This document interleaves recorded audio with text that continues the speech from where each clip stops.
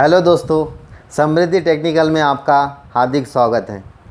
दोस्तों, आज जिस विषय पर हम चर्चा करने जा रहे हैं वो है पुडलिंग फर्नेस। जैसे कि आप सबको पता है कि पुडलिंग फर्नेस का प्रयोग क्यों किया जाता है, आज हम उसकी विशेषताओं के बारे में जानेंगे। जैसे कि पुडलिंग फर्नेस नाम से ही क्लियर है कि पुडल मतलब होता है एक कुंड अथवा छोटा आकार के तालाब। इस तालाब अब इसमें इस शब्द का प्रयोग क्यों किया गया है, इस पर हम चर्चा करें तो देखेंगे कि पुडल मतलब होता है, ये जो हर्थ होता है ये पुडल है। पुडल एक ओवल आकार के एक बर्तन होता है, इस टाइप के एक बर्तन होते हैं जिसमें हम पिग आयरन या वाइट कास्ट आयरन को लेकर पिघलाते हैं।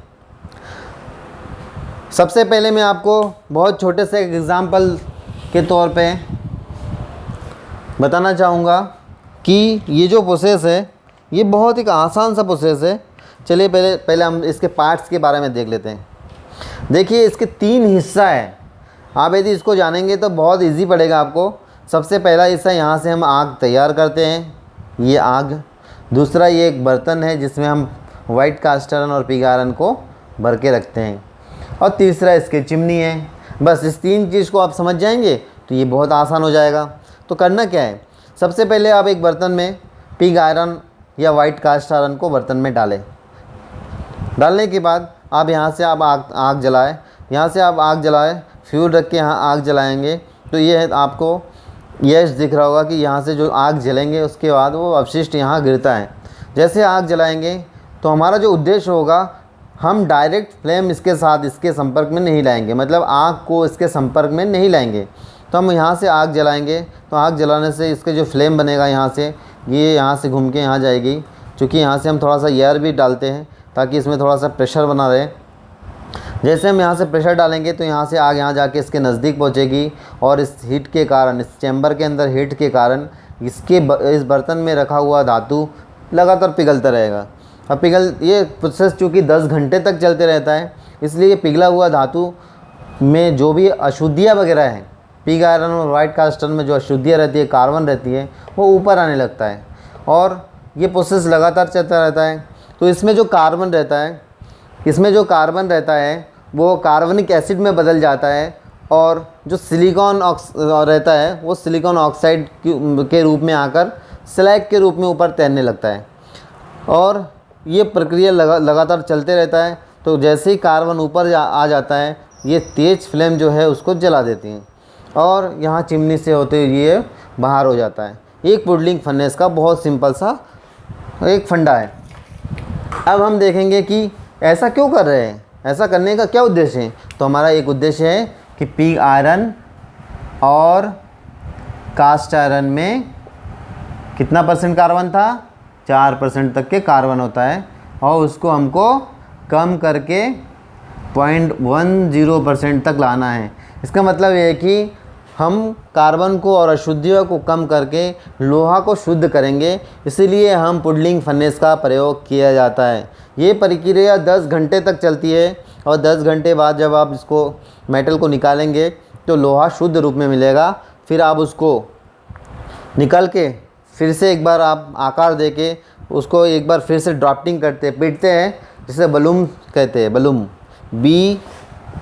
BLOOM बलूम कहते हैं। ये प्रोसेस से फिर हम जो लोहा प्राप्त करते हैं वो रॉट आयरन होता है और रॉट आयरन जो होता है ये लोहा का शुद्ध रूप है। सबसे शुद्ध लोहा होता है रॉट आयरन। अब देखिए, आपको यदि इस प्रोसेस के बारे में समझ में आया हो तो बहुत बढ़िया, नहीं आया तो एक बार फिर से देख लीजिए। इसका 3 हिस्सा है। यहाँ से फ्लेम जनरेट करना है, एक बर्तन है और तीसरा चिमनी है। यहाँ हम आग जनरेट करेंगे, यहाँ से हम थोड़ा सा तेज़ फ्लेम देंगे, हवा देंगे, हवा से उस आग की फ्लेम ज्वाला बनेगी। मेटल के साथ हमको सीधा संपर्क नहीं कराना है धातु को। जैसे ही हम फ्लेम देते हैं तो बर्तन में रखे चीज़ें गर्म होते हैं, मतलब पिग आयरन और कास्ट आयरन गर्म होते हैं। वो हीट होने के साथ साथ वो ऊपर कार्बनिक एसिड के रूप में और सिलिकॉन ऑक्साइड के रूप में तैरने लगता है और उसको फ्लेम जला देती है। और इस तरह से चिमनी के साथ, चिमनी के द्वारा अशुद्धियाँ बाहर होने लगता है। और लास्ट में जो बचता है वो बचता है रॉट आयरन। अब रॉट आयरन लोहे का शुद्ध रूप है जिसमें 99.98% तक के लोहा होता है। और बाकी क्या होता है?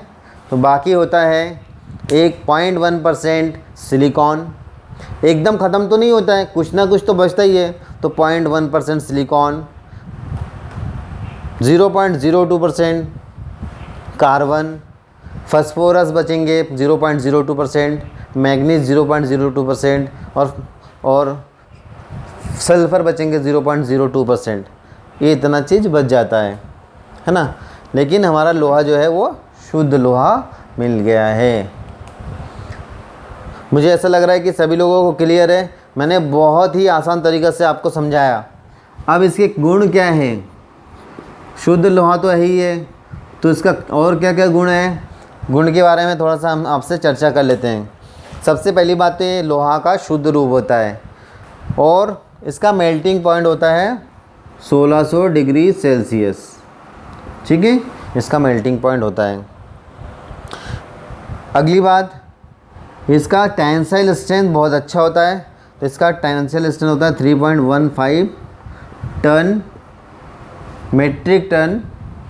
ठीक है, मेट्रिक टन प्रति सेंटीमीटर स्क्वायर। इसी गुण के कारण आप जितने भी प्रकार के क्रेन्स देखते हैं उसमें जो सीलिंग के लिए हुक लगता है वो क्रेन के हुक वगैरह इसी आयरन से बनाया जाता है। कौन सा आयरन से? रॉट आयरन से। रॉट आयरन से बनाया जाता है। ये तो टेंसाइल स्ट्रेंथ हो गया। अब कंप्रेसिव स्ट्रेंथ कितना है? तो कंप्रेसिव स्ट्रेंथ है 20 से 30 टन प्रति सेंटीमीटर स्क्वायर। ठीक है, आपको क्लियर समझ में आ रहा है?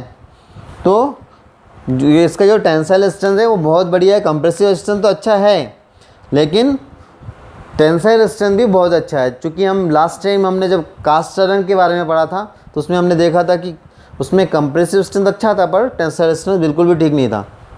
तो इसमें बहुत अच्छा है, इसलिए इसका चेन बनता है, हुक बनता है, नट बनता है, बोल्ट बनता है, इसके सीलिंग्स बनते हैं, कुछ रोप्स डोर बनते हैं। जैसे हम लोग नॉर्मल डोर यूज़ करते हैं ना, वैसे ही हम वायर यूज़ करते हैं, मोटे मोटे वायर बनते हैं, वो बनते हैं। ये इसमें मैग्नेटिक गुण बहुत अच्छा होता है। ये लोहा का शुद्ध रूप है, ये मेलिएबल है, इसका तार बनाया जा सकता है और इसका चुंबक तो बनता ही है। और स्टील बनाने के लिए भी इसका प्रयोग किया जाता है। हम आगे पढ़ेंगे कि बलिस्टर स्टील क्या है, स्टील कैसे बनाते हैं, तो उसके बारे में बताएंगे। इसकी कील बनता है, इसका कृषि औजार बनता है, ट्रैक्टर के औजार बनते हैं और पाइप्स बनते हैं, है ना। चलिए मैं आपको एक चीज़ बताता हूँ, वो ख़ास है। पिग आयरन का प्रयोग नट बोल्ट बनाने के लिए क्यों करते हैं, या कृषि औजार बनाने के लिए क्यों करते हैं? क्यों नहीं माइल्ड स्टील कर लेते हैं? तो माइल्ड स्टील से ये बहुत स्पेशल है। इसमें सल्फ़र की मात्रा ना होने के कारण इसमें पार्ट्स में बहुत कम जंग लगता है और इसके टेंसाइल स्ट्रेंथ अच्छा है। जहाँ मजबूत काम की, जैसे बोल्टिंग करना है आपको, वहाँ हाई टेंसाइल काम है, मजबूत वाला काम है, तो आपको हाई टेंसाइल बोल्ट के यूज करना है और उस बोल्ट के रूप में आपको रॉट आयरन वाला बोल्ट लेना है।